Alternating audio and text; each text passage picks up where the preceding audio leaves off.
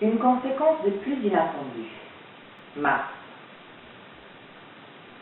Il n'y a pas d'heure où seule, cachée, elle ne pleure que pour apprendre la futilité des larmes. Fabienne Verdier. Soudainement, la peau d'Alina rencontra la peau d'encre du ciel de la nuit. Les étoiles filaient comme des manèges dans les yeux des enfants qui, après avoir fait un tour, atterrissaient tout droit derrière le palais de la ville des Papes, en France, à Avignon. C'était un matin sec, frais et ensoleillé de printemps. Une femme très seule et maigre avait sorti son caddie à journaux publicitaires sur un de ces trottoirs qui longent les remparts du palais. La femme seule et maigre traînait son caddie comme certaines personnes promènent leurs chiens.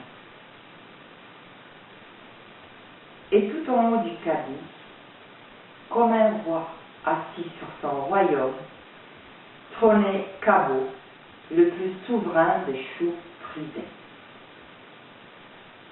La femme très seule et maigre l'avait déniché chez Auchan, dans un tas de têtes de choux made en Roumanie. Cabot était destiné, ou du moins le pensait Ethesora, femme très seule et maigre, à devenir une soupe aux choux, comme Ethesora l'avait pressenti dans le film homonyme. Le vent soufflait comme un loup-garou enragé dans les platanes de la ville où le soleil brille 500, 300, 600 jours chaque année, pour aussi longtemps que la terre s'enroulera autour de son cœur ardent. À cet instant précis, comme par un signe d'un monde inconnu, les prospectus du caddie s'envolèrent vers le ciel de cristal, selon un algorithme pour le moins indescriptible. Planèrent dans l'air des vaches rieuses, des mikados au choco, de la banane cynophane, des rikiki pour les mardis, un beau chevreau chanceux de là-haut, et même Alina se montra sous la forme d'une barbe à papa. Pendant ce temps, chez Auchan, les enfants mirobolants venus des Carpates, ayant découvert le rayon des confiseries, ayant aperçu Ethesora qui regardait sans vraiment voir cette abondance époustouflante de sucreries, décidèrent de se cotiser pour lui offrir un petit chien de compagnie, tout en nougat de Montélimar, qu'ils appelèrent aussitôt Toto.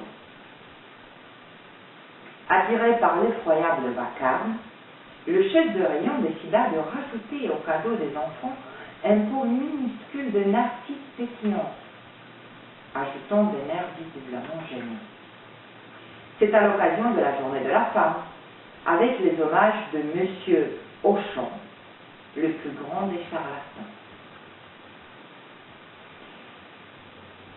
À peine prononça-t-il cette phrase solennelle que les enfants reprirent leur vol plané, attirés par des nouvelles aventures tout aussi incroyables au pays du rêve d'Alina.